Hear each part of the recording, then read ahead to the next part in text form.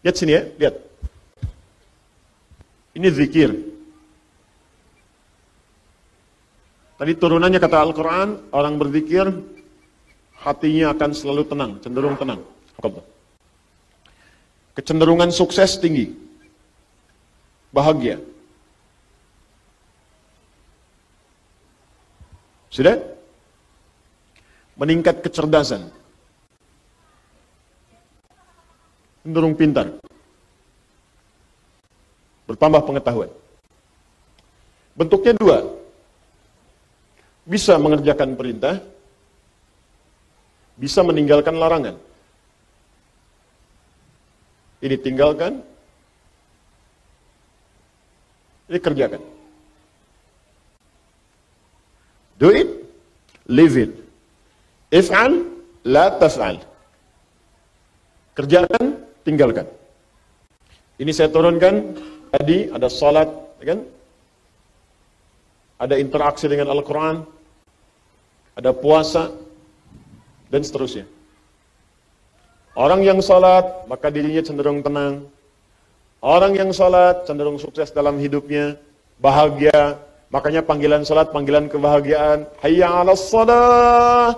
Kenapa salat ya Allah? Hayya 'alal falah. Bahagia yuk. Sukses. Kan?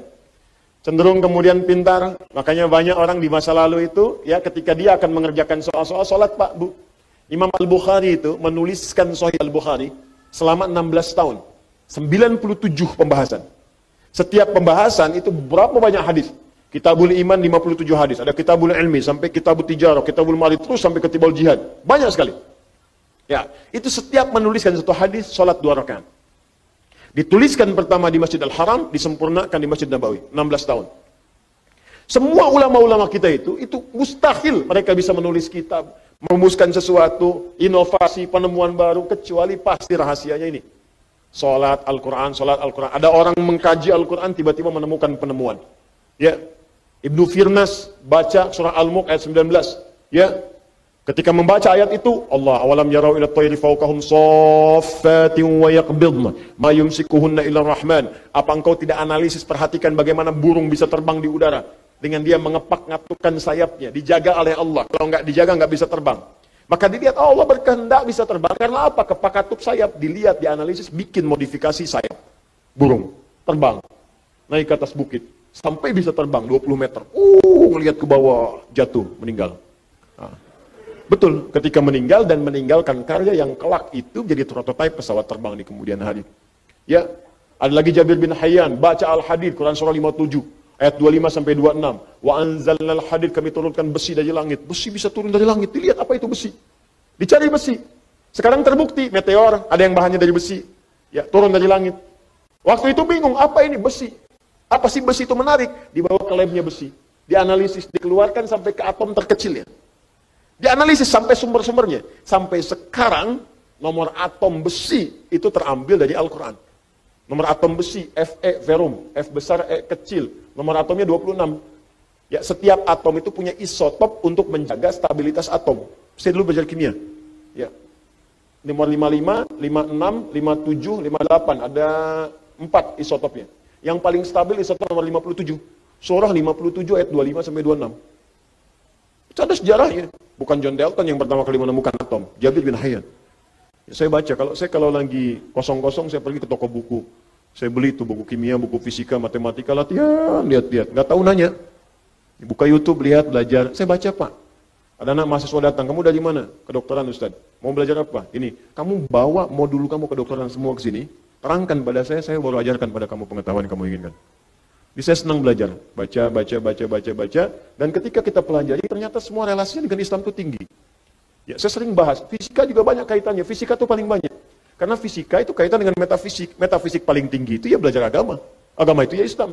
Makanya ketika orang belajar fisikanya benar, itu pendekatan ke Allahnya tinggi. Ya, dari bab pertama aja, bab gaya kan di fisika pertama kan.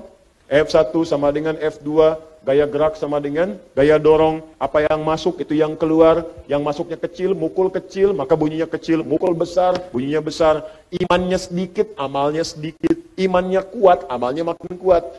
Ya, Hukum gayanya, gaya berbanding lurus dengan tekanan, F berbanding lurus dengan P. Ketika orang ingin bergaya menunaikan ibadah, tidak akan luput dari tekanan. Ada hambatan. Apa di antara hambatannya? Banyak. Ada hambatan pribadi, hambatan di tengah, mau berangkat ke masjid tiba-tiba hujan. Bagaimana mengatasinya? Rumusnya turunkan. Mau ke masjid hukum jamak qashar, S sama dengan V dikali T. Jarak, ya, kecepatan dikalikan dengan waktu. Ya, mencari kecepatan S sama dengan S dibagi T, V sama dengan S dibagi T. Jadi ketika kita mau ukur ke Bandung, kecepatannya berapa supaya nggak dikosor? Nyampe. Makanya kalau mau ke Semarang pakai pesawat karena kecepatannya tinggi, waktunya semakin cepat. Ya, berangkat kemudian jam 11, nyampe jam 12, zuhur aja belum. Apa yang mau dikosor? Jelas kan? Jadi kita belajar tuh begini, ditarik ke akhlak, nyambung. Akhlak, F, gaya berbanding lurus dengan tekanan, hukum Pascalnya. Gaya berbanding lurus dengan tekanan, semakin banyak gaya, semakin tertekan. Akhlak. Banyak pokoknya. Oh, pokoknya indah deh, kalau belajarnya benar tuh enak. Di fisika tuh nggak berhenti di kampus, di kuliahan, dibawa ke masjid, masih diterapkan fisika. Ya, hukum hambatan, gaya Ohm, macam-macam. Enak pokoknya kelihatannya. Di Thomas Alva Edison itu kalau baca surat An-Nur aja, ayat 35, udah selesai tuh, nggak akan sampai 1000 kali bikin bohlam. Oleh al-misbahu fi rujaja. Ya, kalau mau terang itu mesti ada rujaja, ada kaca. Nggak bisa begitu aja, bisa meletus, bisa hancur terus-terusan. Itu kan dia yang ke 1000 itu bikin kaca pelapis jadi bohlam. Baca satu ayat selesai. Itu. Kenapa jadi ke sini? Ini perintah.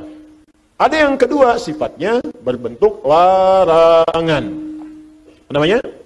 Larangan. Ini tenang, ini sukses, ini bahagia. Jadi ada yang sifatnya larangan. Pertama kata Allah, tinggalkan zina. Di surah Cahaya. Fokus. Cara berpikirnya begini. Perhatikan cara berpikirnya. Ini kebanyakan orang cuma baca. Tapi formulasinya nggak dipahami. Sehingga parameter tingkat keberhasilan mengkaji ayatnya itu nggak muncul. Cuma jadi pengetahuan tersimpan di pikiran kita, amalnya nggak ada. Di bacaan Nur, zina masih terus saja dikerjakan. Zina mata, zina telinga, zina lisan. Ya, bacaan Nur, ada yang korupsi, ada yang mencuri, ya, ada yang menipu, ada yang nyogok. Padahal ayatnya jelas. Maka dari itu, lihat perbandingan terbaliknya. Orang mengerjakan perintah akan meraih ini. Orang meninggalkan larangan, maka ini akan cenderung terjaga. Hatinya tenang, kesuksesan mudah didapat, kebahagiaan mudah diraih. Ketika yang dilarang dikerjakan, maka akan berdampak kepada jaminan yang tadi disebutkan. Zina, ketika zina dikerjakan, maka cenderung membuat hati tidak tenang. Makanya orang yang berzina nggak pernah tenang. Makanya zina dalam bahasa Arab, secara bahasa, az-zina, zina fil lughati asy-syu'uru bid-dhiq. Makna zina secara bahasa yang pertama adalah perasaan yang sempit dalam jiwa. Zina itu bisa ditulis dengan dua cara. Begini, zai, kemudian nun, alifnya ke atas. Ini bahasa orang Najdiyin, zina. Ada bahasa orang Hijaz, zai, kemudian nun, alifnya ke bawah begini, zina. Ya. Bisa ditulis dengan dua cara. Ini alif yang tadi saya sebutkan, alif. Bisa begini, tegak. Bisa begini, ke bawah. Az-zina fil lughati lahu ma'anin katsirah wa minha asy-syu'ur bid-dhiq. Zina secara bahasa memiliki banyak arti. Di antara makna yang paling populer, yang pertama adalah perasaan yang sempit di dalam hati. Makanya orang yang berusaha untuk berzina, awas hati-hati, melanggar ketentuan Allah, kata Allah tinggalkan dia kerjakan. Itu pertama akan menyebabkan hatinya terasa sempit. Sering gelisah.